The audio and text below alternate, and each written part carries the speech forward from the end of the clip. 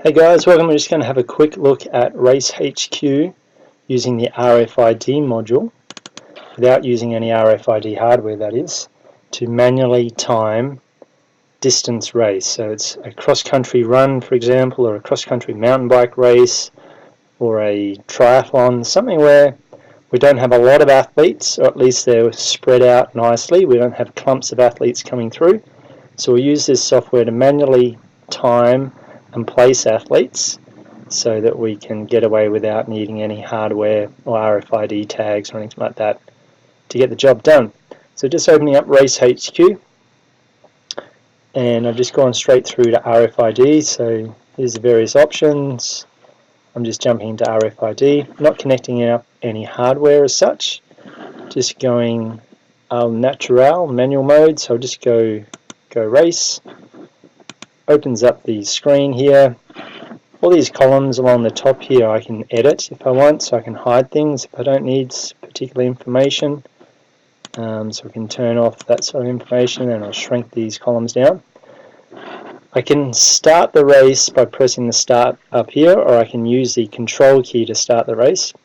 I can also bounce the clock forward. Maybe you started the race but you hadn't actually started the timing software, so by clicking on the zeroed out times here before I start the race, I then have the option to adjust the actual start time. So we could make this 3 hours and 3 minutes. I'll press save. Still haven't started, so when I'm ready I'll hit the start button. Clock is now started from 3 hours and 3 minutes. Haven't selected an event or anything. I'll just go 1500 meters, keep it simple. I can hide this heat selection, so I'm just coming up here to general settings, to the settings area, to general. I'm just going to turn off the heat selection. If I wanted to do any live uploads to the web, I could upload events that upload triggers during race. So that's where I could have things pushing up to the web as the triggers are coming through. But just for simple sakes, I'm just going to key in a number now. So I've seen an athlete running towards me. The number on their chest is 45. They're about to hit my finish line, and as they do, I press the enter button. I've now got a name. Number 45 was Luke Major, under 20 male. They've only been past me once, one lap. First time they've done a lap, it's been 3 hours 45. Their wave time, if we had waves set up, people are off different start times, then that's what they'll do. If I want to hide the wave and hide the lap, I can. So we'll just come in here and turn off the lap time, and wave time, and we're just left with this. And I can drag these columns out if I want to. Another athlete's coming towards me now, and they're number 65. I'll then press enter when they hit the finish line. That athlete didn't have a name or wasn't registered for whatever reason, but I've just called out to this person. They said their name is John, so I'll see if there's a John in here.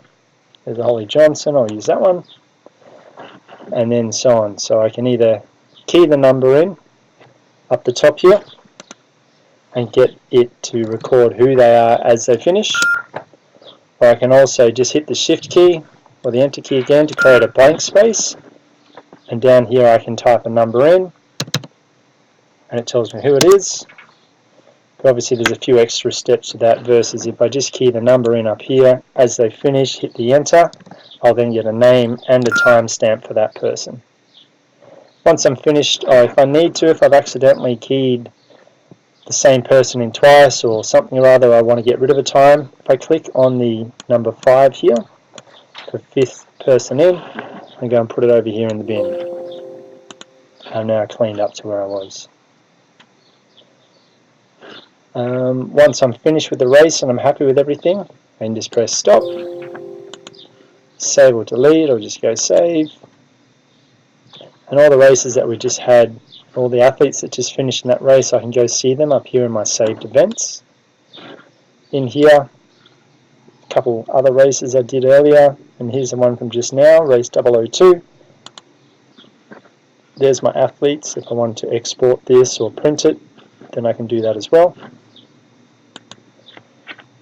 So that's a bit of a quick run through of using the manual timing for a pack event where I've got people coming through where I can manually record their number that I can see on their chest, create a timestamp and place for them as they come through. Obviously, if you had lots of athletes finishing at the same time, this would become quite impossible to do or very hard to do.